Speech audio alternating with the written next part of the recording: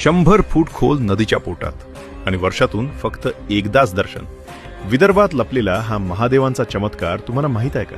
पूर्णा नदीच्या तब्बल 100 फूट खोल पात्रातील स्वयंभू महादेव, ज्यांचं दर्शन वर्षातून एकदाच भाविकांना मिळतं. महाशिवरात्री जवळ आली की विदर्भातील भाविकांची पावलं आपोआप वळतात ते पानेट पिलकवाडी तीर्थक्षेत्राकडे. गोपालखेड गावाजवळील पूर्णा नदीच्या पायथ्याशी 100 फूट खोल पात्रात वसलेली ही स्वयंभू महादेवाची पिंड वर्षातून एकदाच भाविकांना दर्शन देते. श्री मारुती व ब्रह्मचारी महाराज संस्थांच्या पुढाकारातून पिलकवाडी, नखेगाद, गोपालखेड आणि परिसरातील ग्रामस्थ महाशिवरात्रीच्या सुमारे 15 दिवस आधीपासून श्रमदान करत नदी पात्रातील गाळ व माती हटवतात आणि तेव्हाच महादेवाचे मंदिर दर्शनासाठी खुले होते. सुमारे 129 वर्षांहून अधिक प्राचीन असलेले हे मंदिर ब्रह्मचारी महाराजांना येथे महादेव पिंडीचा साक्षात्कार झाल्याची श्रद्धा आहे.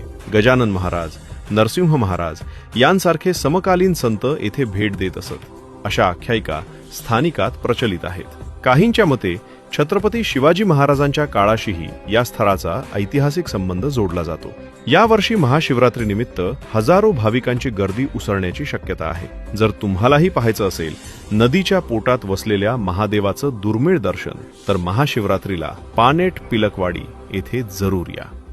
कमेंट्समध्ये हर हर महादेव लिहायला विसरू नका आणि हा व्हिडिओ आपल्या शिवभक्तांना शेअर करा.